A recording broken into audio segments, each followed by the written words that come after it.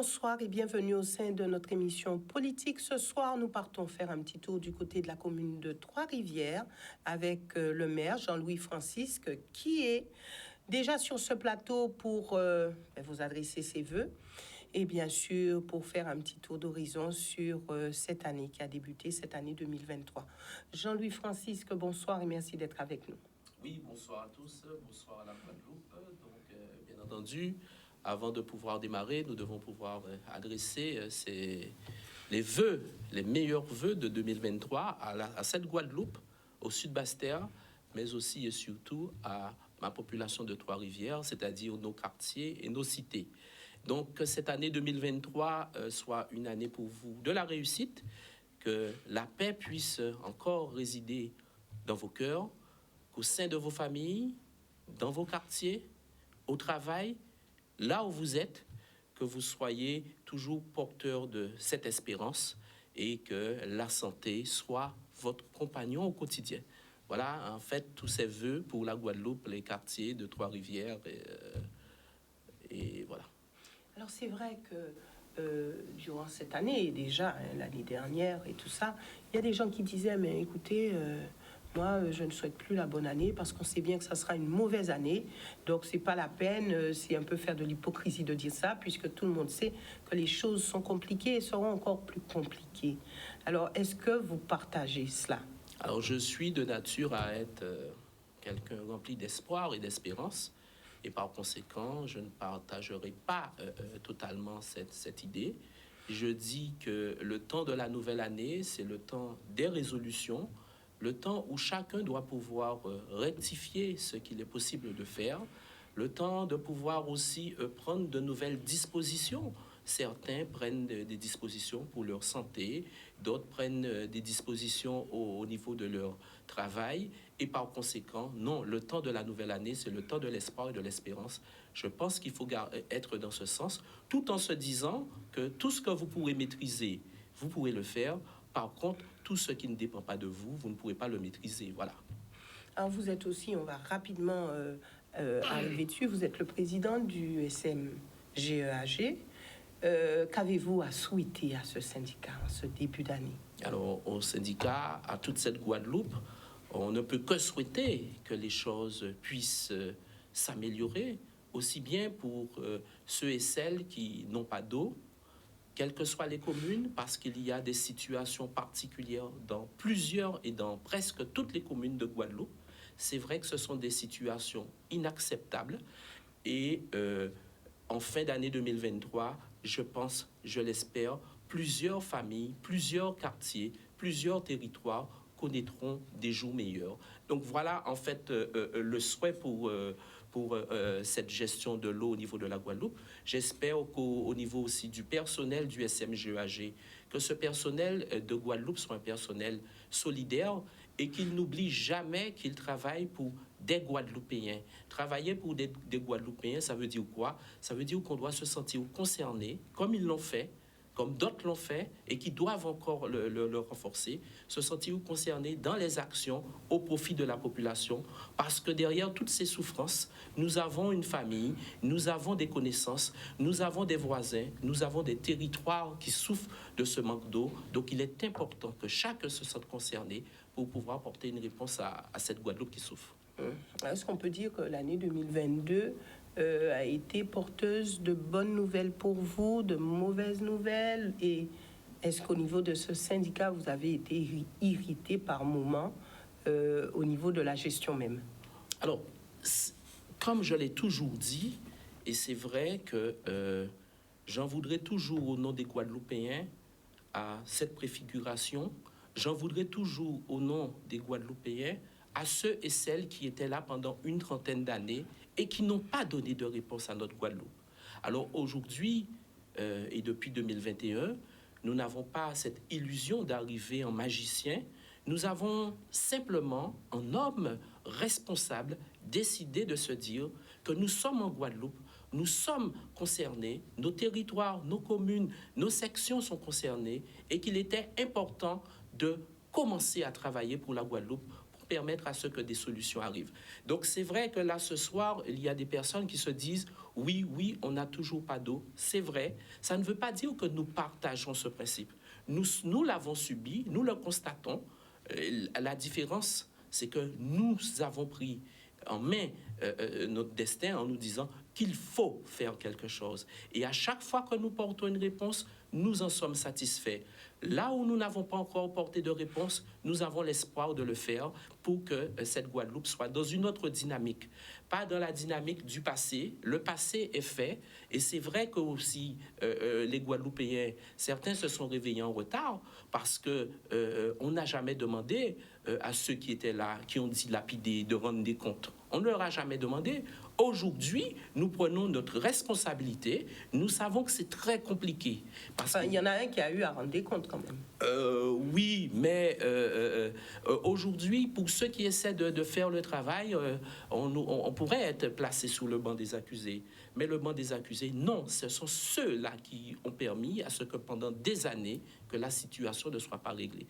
Nous faisons de notre mieux. Nous avons déjà apporté quelques réponses dans certains secteurs. Et ceux qui ne l'ont pas, je peux entendre, je peux comprendre, mais nous ferons de notre mieux et nous porterons des réponses. D'accord. Et dernière question là-dessus. Alors, l'année s'ouvre avec un débat sur 2 directeurs au niveau du syndicat, donc des questions qui se posent et tout ça. Est-ce que pour vous, c'est une épine dans votre talon? Non, je dis là encore, j'aurais pu avoir cette déception. Je viens tout juste avec vous de dire qu'il y a des familles qui n'ont pas d'eau. À ces familles qui n'ont pas d'eau, là où on veut emmener le débat, 2, 3, 4, 5 directeurs, ils ne s'intéressent pas à ça. Ils veulent de l'eau dans leur robinet. Aujourd'hui, c'est ça l'important pour la Guadeloupe. Il ne faut pas qu'on déplace le débat. Le débat administratif en est un, le débat judiciaire en est un. Les décisions et les options que nous prenions, ce sont des décisions pour permettre à ce que la situation s'améliore. Je pense que c'est ça l'essentiel pour les Guadeloupéens, c'est avoir de l'eau dans leur robinet, ceux qui n'ont pas eu pendant des années. Nous essayons de le faire, nous faisons de notre mieux avec l'équipe qui est en place, des techniciens guadeloupéens qui travaillent, qui œuvrent au quotidien, et nous ne cessons de leur dire merci. Nous est venu renforcer cette équipe, bien entendu, directeur général délégué. Voilà, c'est ce que nous devons retenir pour permettre à ce que la question de l'eau puisse avancer en Guadeloupe. Alors, vous dites, moi, je n'ai pas peur de m'exprimer, je n'ai pas peur de dire les choses. Oui. Que lorsque vous entendez des gens, je pense que vous l'avez déjà entendu, hein, qui disent, ouais, mais mis là l'argent de l'eau là qu'a passé, pourquoi tout ça directeur, et il y a dit nous pas ni l'argent pour de l'eau, et tout ça. Quand vous entendez ce genre de réflexion, qu'est-ce que ça vous inspire?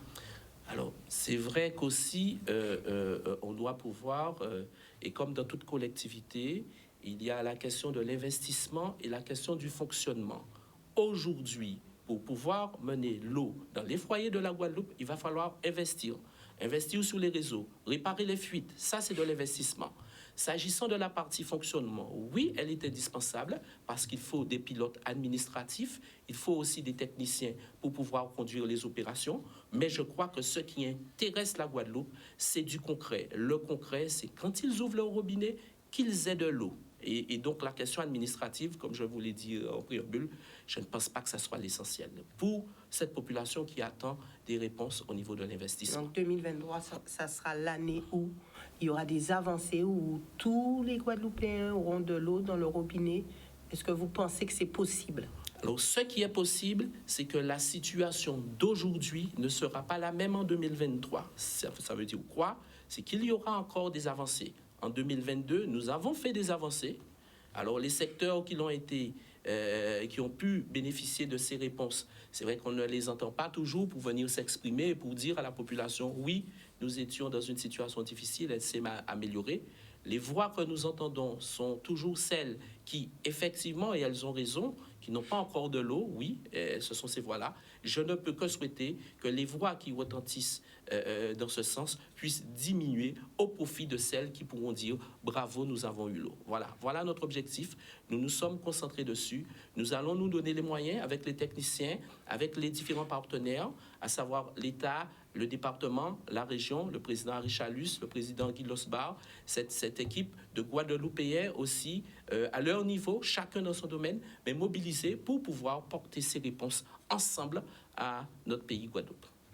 Voilà, et puis, de manière générale, quelles sont vos résolutions importantes pour vous en 2023? Qu'est-ce qui devrait être prioritaire ou qu'est-ce qui sera prioritaire pour vous? Alors, déjà, la population de Trois-Rivières, c'est la première priorité. Je dis toujours que c'est cette population qui m'a permis et qui me permet aujourd'hui de m'exprimer. Donc, je suis le maire de cette commune. Ma première priorité, c'est de pouvoir, en 2023, passer dans l'action, comme nous l'avons commencé en 2022, mais avec une situation toujours particulière. En 2022, nous avons pu, d'un point de vue sportif, c'est vrai que le stade de Trois-Rivières, et même vous avez dû faire des reportages, toutes les chaînes de télévision, quand il s'agissait de présenter Trois-Rivières, c'était le pâturage de la Guadeloupe. Oui, mais en janvier 2022, l'équipe municipale de Trois-Rivières, cette majorité, a pu permettre, avec son partenaire, la région, mais faire sortir ce stade et permettre à ceux qu'ils deviennent opérationnels. Donc, sur cette année 2023, s'agissant du sport, nous allons poursuivre nos actions en matière de la rénovation du plateau sportif, du gymnase et pouvoir réaliser d'autres espaces sportifs au profit de cette jeunesse. Donc cette jeunesse qui devient et qui a été notre priorité en 2022. Nous avons permis à ce que sur Trois-Rivières, près d'une cinquantaine de jeunes, à travers les chantiers d'insertion que nous avons mis en place, à travers, bien entendu, ces différents contrats qui existent avec, bien entendu, la région Guadeloupe, dans certains domaines, nous avons pu permettre de pouvoir remettre cette jeunesse en activité, remettre cette jeunesse en confiance, lui donner l'espoir, lui donner ce goût de vivre, et là, c'est une fierté. Hier encore, je faisais le point avec l'association qui gère ces différents chantiers d'insertion, et ma satisfaction était grande de voir que des situations individuelles qui étaient peut-être impensables, des situations très compliquées, très difficiles, de voir que cette association, dans le cadre de l'insertion, a pu porter des réponses personnelles et individuelles pour certains de Trois-Rivières.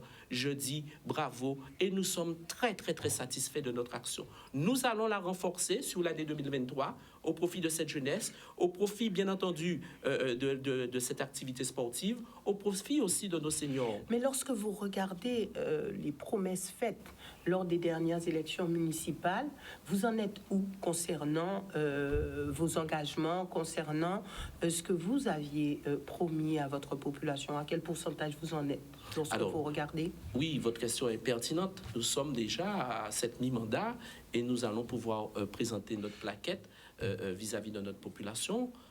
Effectivement, sur cette partie jeunesse, comme je vous l'ai dit, mettre en action déjà une cinquantaine de jeunes de Trois-Rivières, donc c'est déjà cette première satisfaction. Sur la partie sportive, nous avons parlé du stade, nous parlerons de cette piste cette année-ci.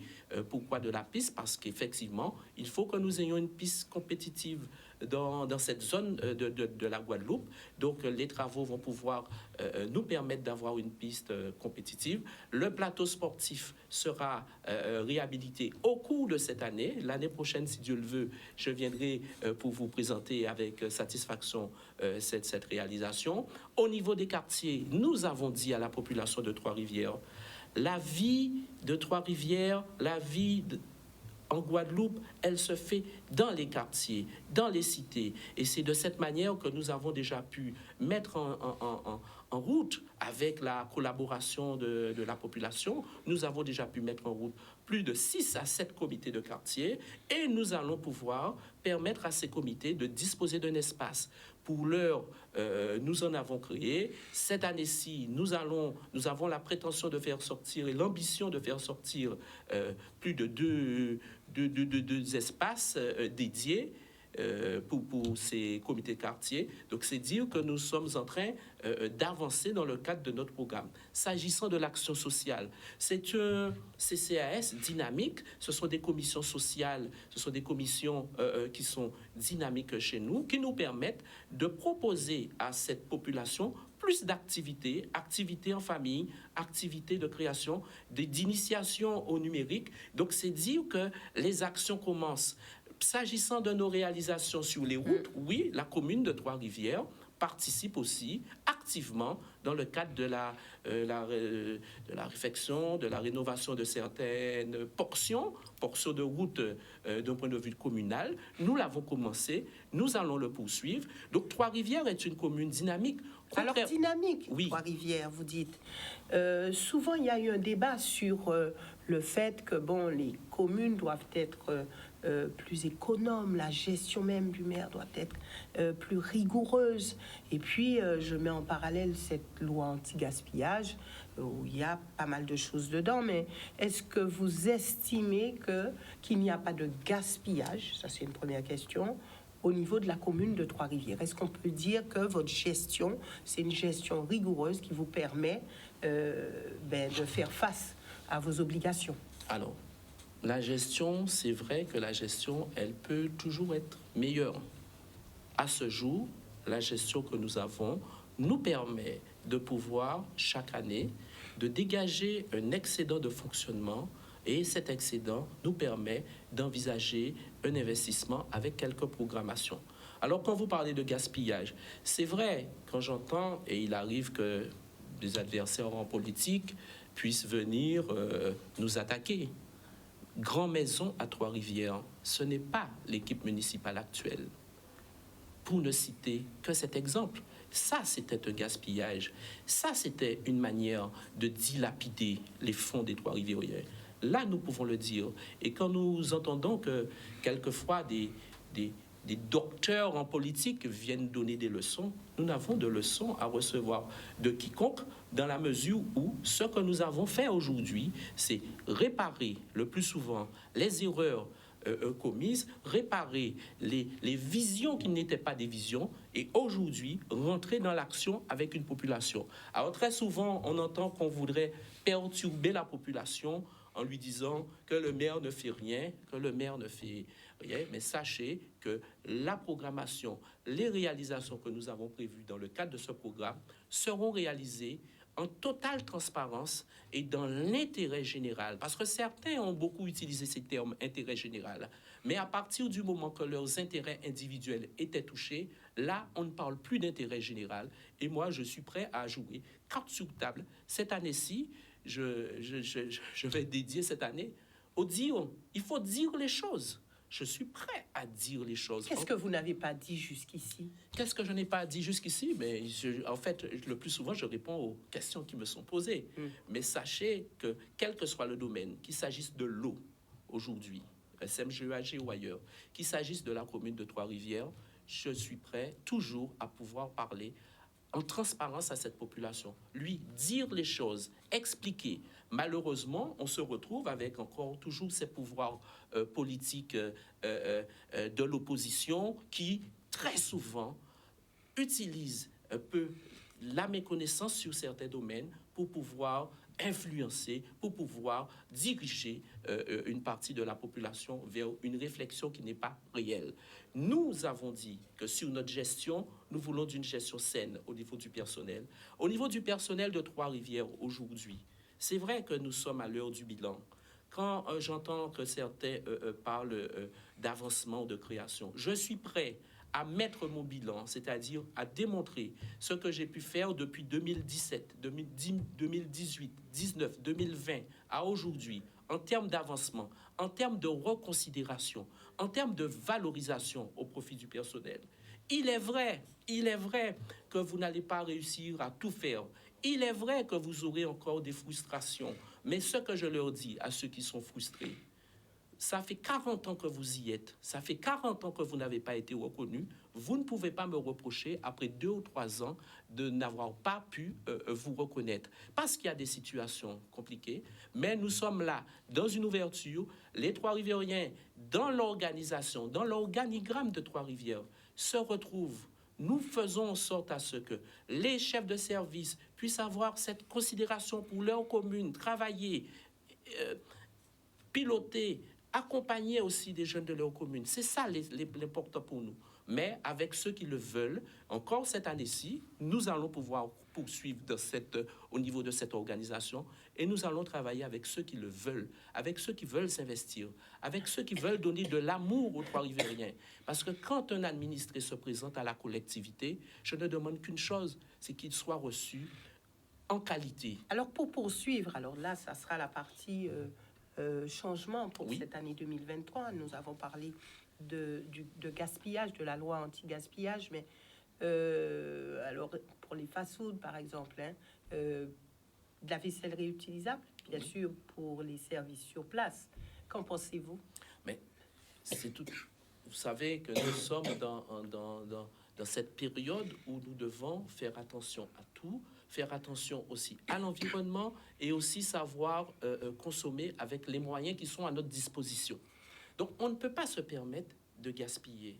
Oui, vous êtes dans un établissement, quand vous quittez la salle, en principe, l'éclairage doit être éteint. Quand vous quittez la salle, la climatisation doit être éteinte. Pourquoi? Parce que derrière cet éclairage, au-delà de l'aspect financier, il y a tout cet aspect environnemental et c'est tout à fait normal que des dispositions ont été prises. C'est vrai qu'elles exigent une modification dans les habitudes de consommation, c'est vrai. Alors, pour vous, lors des fêtes, on est en début d'année, est-ce que vous êtes prêt à faire en sorte qu'il n'y ait pas de vaisselle jetable, de faire en sorte qu'il y ait de la vaisselle réutilisable? Et est-ce possible dans tous les cas de figure? Alors, tous les cas de figure, peut-être non, mais ce que nous devons nous dire, c'est que des efforts doivent être faits pour tendre vers une réussite de ces différentes ambitions, parce que ce sont des ambitions qui sont réelles, mais c'est tout à fait normal qu'aujourd'hui, par rapport à la situation, par rapport à cette situation de notre planète, on se dit que la planète est en danger tous les jours, le réchauffement climatique. Ce matin encore, dans le cadre d'une émission télévisée, je voyais comment les glaciers disparaîtront d'ici quelques années. La fonte des glaciers. Alors, quelle incidence sur nous au niveau de nos tropiques? Ben, l'incidence, ce sont les Fiona, les petits Fiona ou les gros Fiona, ce sont les gros Hugo ou encore, que sais-je. Et pour nous permettre d'avoir une chance de préserver tout cet espace que nous avons, il est nécessaire de pouvoir faire évoluer, autant faire se peut, ces habitudes de consommation. Vous avez dit tout à l'heure, je suis prêt à dire les choses en cette année 2023. Oui. Au sein de la commune, où est-ce qu'il y a le plus de gaspillage selon vous? Alors, le gaspillage, donc cette année-ci, nous allons le poursuivre. Vous savez que nous, chez nous, nous avons quand même fait le choix de disposer de véhicules électriques. Donc, c'était déjà un premier pas. Nous avons aussi fait le choix de pouvoir disposer de panneaux photovoltaïques. Donc, voilà. Donc, ce qui montre bien que nous rentrons dans l'ère du temps. S'agissant du gaspillage, comme partout, je vous ai dit que c'est l'électricité, il va falloir jouer dessus. L'utilisation de la climatisation, il va falloir là aussi jouer dessus. Le papier, le zéro papier, comme cela s'est fait, c'est vrai qu'il y a déjà eu une baisse dans l'utilisation du papier, mais qui doit pouvoir s'accentuer. Elle peut s'accentuer par le fait que déjà même les élus, que nous puissions mettre à leur disposition des tablettes, ce qui voudrait dire que la tonne de papier que nous devions utiliser pour leur transmettre des documents serait... Et les dépenses de carburant? Alors rapidement, parce qu'on sait que le gouvernement est à cheval là-dessus aussi. Donc, est-ce qu'on peut dire que c'est quand même un volet où il y a des efforts à faire? Alors, cette année-ci, nous allons faire un focus particulier, une fois de plus, sur la partie carburant. C'est vrai que notre analyse sera légèrement faussé, au moins il faudra l'adapter, parce que durant l'année, entre juin à décembre quand même, il y a eu des périodes de très forte hausse qui ont impacté le budget. Dû à quoi? Mais c'était les prix du marché, hein, les prix du marché, aussi bien pétrolier au niveau international, mais aussi... Pas de déplacement intempestif. Pas de déplacement, non, pas de déplacement, mais il va falloir quand même réaccentuer un process pour que nous ayons une maîtrise totale de ces lignes, notamment cette ligne carburant, comme vous l'avez si bien dit, qui peut bouger très, très, très, très facilement. Et nous savons que nous sommes en Guadeloupe, et quelle que soit l'administration, quand vous parlez de géolocalisation, c'est vrai que ça bouscule les habitudes, mais c'est une réalité vers laquelle il va falloir s'y pencher, aussi bien pour la commune de Trois-Rivières que pour d'autres collectivités, parce que je pense que sur cette ligne, on pourrait réaliser quelques économies intéressantes. Merci Jean-Louis Francisque d'être venu sur ce plateau.